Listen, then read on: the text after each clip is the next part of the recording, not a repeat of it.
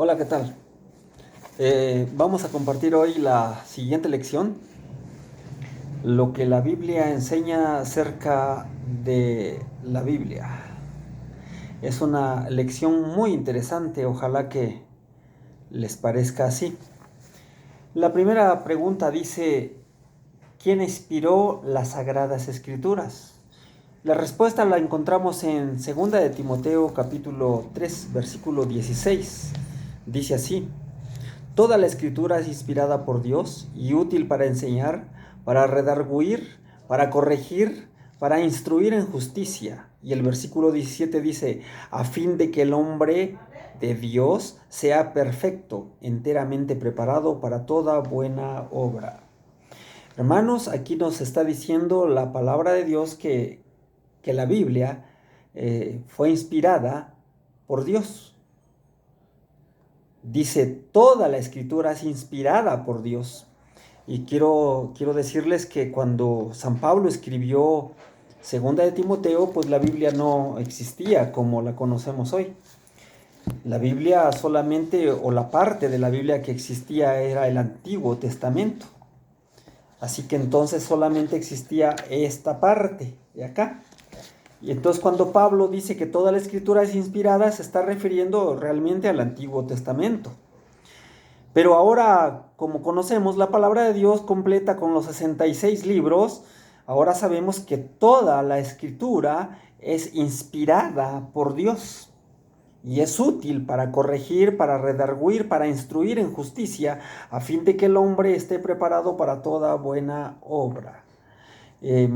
La siguiente pregunta dice, ¿y quiénes recibieron esa revelación? Y la respuesta la vamos a encontrar en Hebreos capítulo 1, versículo 1, dice así. Dice, Dios habiendo hablado muchas veces y de muchas maneras en otros tiempos a los padres por los profetas, dice que los que recibieron la revelación del Antiguo Testamento fueron los profetas. Pero en el versículo 2 dice, en estos postreros días o en estos últimos días nos ha hablado por el Hijo, a quien constituyó heredero de todo y por quien asimismo hizo los mundos. Así que entonces en el Antiguo Testamento Dios habló por medio de los profetas.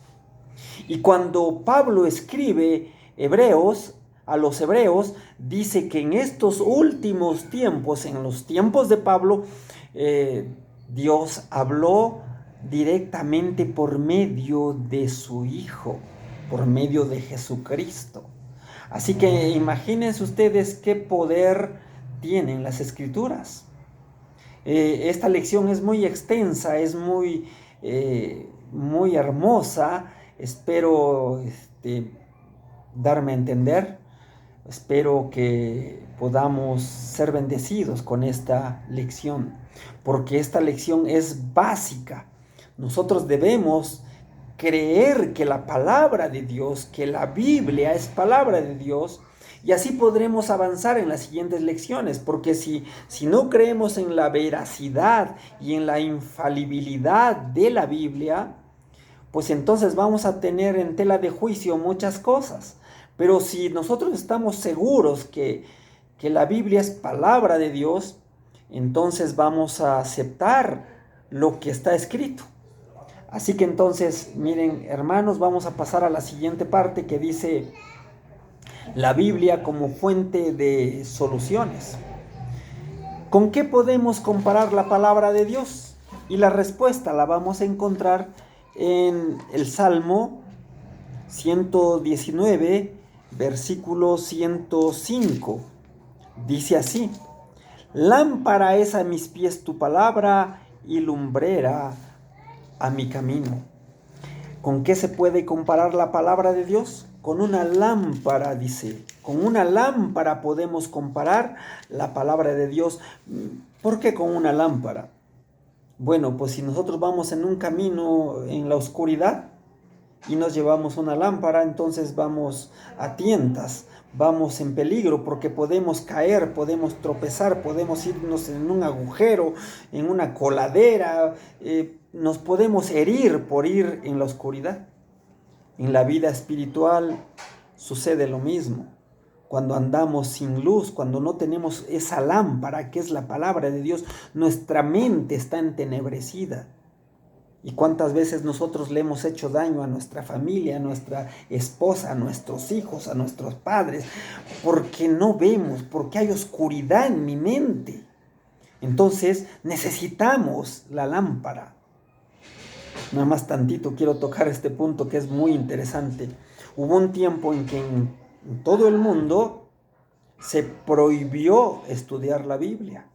Y a esa época, yo no sé que sea casualidad, yo no creo que sea casualidad. Fíjense cómo se le llamó a esa época: la Edad Media o la Edad del Oscurantismo. O sea, en toda esa edad en toda esa época, en toda esa era hubo oscuridad en el mundo y se le llamó así, la Edad del Oscurantismo. Y la Biblia dice que es una lámpara. Entonces, ¿qué hizo falta en esa época? Luz. Hizo falta una lámpara. Hizo falta la palabra de Dios. Por eso hubo oscuridad. Hasta ahí lo voy a dejar. Hay muchísimo que comentar sobre este asunto. En otra ocasión lo haremos.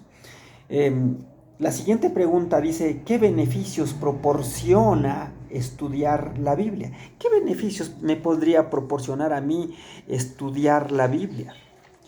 Vamos a ver nuevamente segunda de Timoteo, capítulo 3, y en el versículo 16 y 17, nuevamente. 3, 16 y 17 dice así: toda la escritura es inspirada por Dios y es útil para enseñar, para redarguir, para corregir, para instruir en justicia. Ahora viene la respuesta: a fin de que el hombre de Dios sea perfecto, enteramente preparado para toda buena obra.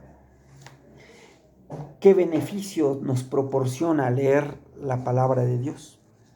Bueno, voy a leer el versículo 15 también. Dice así, mire. Está hablándole Pablo a su discípulo llamado Timoteo y le está diciendo: y que tú desde la niñez has sabido las sagradas escrituras, las cuales te pueden hacer sabio para la salvación por la fe que es en Cristo Jesús. Dice que la lectura de la palabra de Dios nos hace sabios.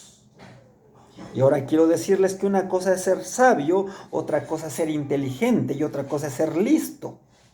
Si una persona inteligente, una persona lista, actúa rápido, de volada, su mente trabaja a velocidad increíble, inmediatamente responde, inmediatamente tiene la respuesta, porque es inteligente, porque es listo, él sabe cómo moverse.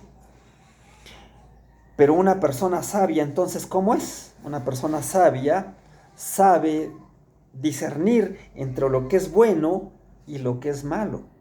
Y un ejemplo sería cuando Salomón le pide a Dios sabiduría y viene luego una prueba para él donde él tiene que decidir entre, en esa ocasión cuando le traen dos mujeres, a un bebé vivo y un bebé muerto, y entonces él cómo va a saber quién es la verdadera madre del niño muerto y cuál es la verdadera madre del niño vivo.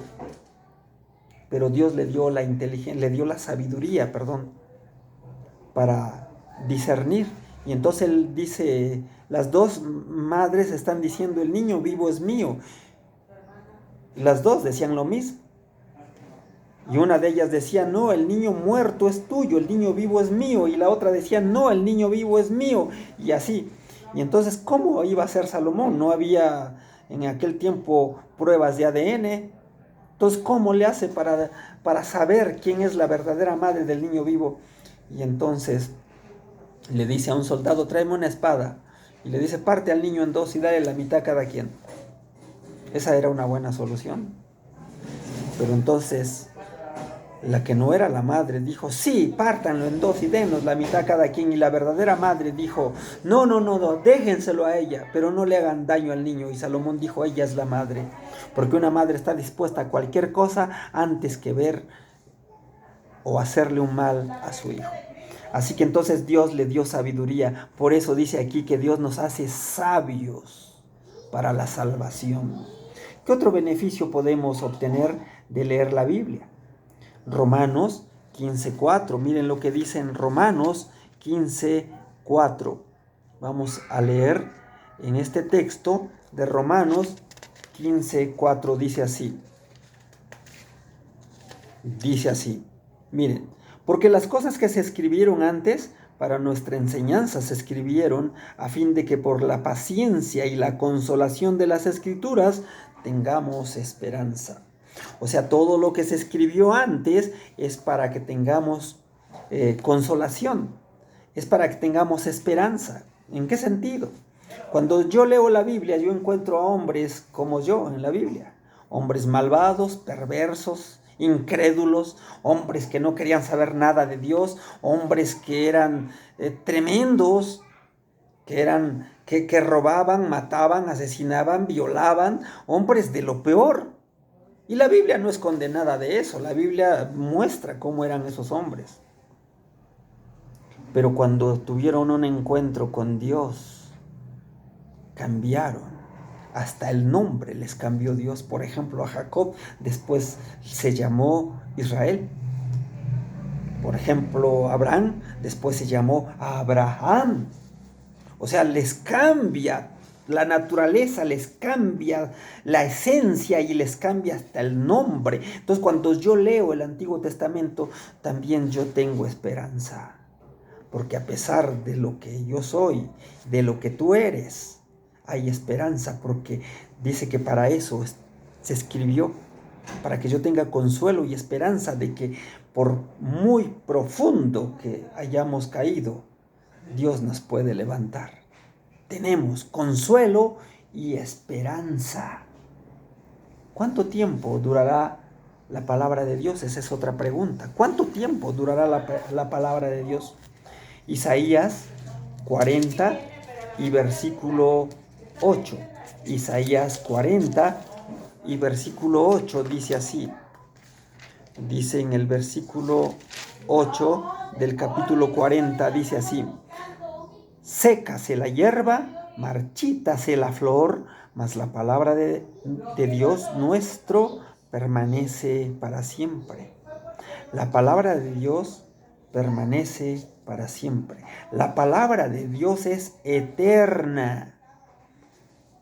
Un día vamos a llegar al cielo. Un día todo esto se va a terminar. Pero la palabra de Dios permanecerá para siempre. Si llegamos al cielo, de todo lo que conocimos, de todo lo que vimos en este mundo, lo único que vamos a encontrar ahí es la palabra de Dios. Porque la palabra de Dios es eterna. Así que, hermanos, la palabra de Dios es confiable. Podemos confiar. Ahora muchas personas pueden decir, ha habido muchos cambios, en las traducciones hay cambios, no podemos confiar en la palabra de Dios porque ya la cambiaron. Hermanos, acabamos de ver en una lección anterior que la palabra de Dios fue inspirada por Dios.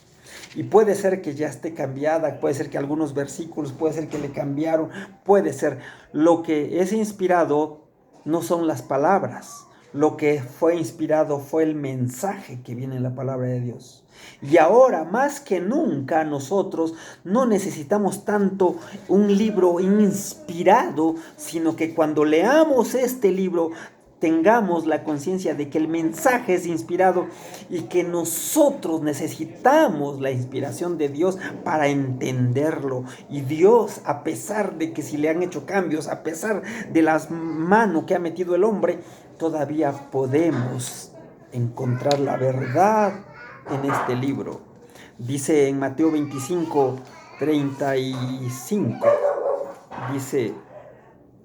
24:35, es 24, permítanme un momento, dice así, miren, el cielo y la tierra pasarán, pero mis palabras no pasarán, dijo el Señor Jesús. Así que la palabra de Dios es eterna. Ahora, miren, hermanos, la palabra de Dios fue inspirada, recibieron la revelación los profetas. La Biblia se compara a una lámpara. Nos hace sabios, nos da consuelo y esperanza. La palabra de Dios es eterna. Ahora, ¿qué debo hacer? Dice que nosotros debemos leerla todos los días. Deuteronomio 17:19. Debemos estudiarla con oración y con gran interés. Juan 5:39. Escudriñad las escrituras, porque ellas son las que dan testimonio de mí, y ustedes no quieren venir a mí para que yo los salve, dijo el Señor Jesucristo. Así que entonces, ¿qué debemos hacer? Estudiarla, aceptarla con gozo y con alegría, dice Jeremías 15:16. Practicar fielmente sus enseñanzas, dice Apocalipsis 1:3. Mi resolución en esta tarde tiene que ser entonces: creo en que la Santa Biblia es inspirada por Dios y me propongo estudiarla diariamente y seguir sus enseñanzas, que me traerán grandes bendiciones. Que Dios los bendiga y que esta lección sea de bendición para ustedes y de crecimiento.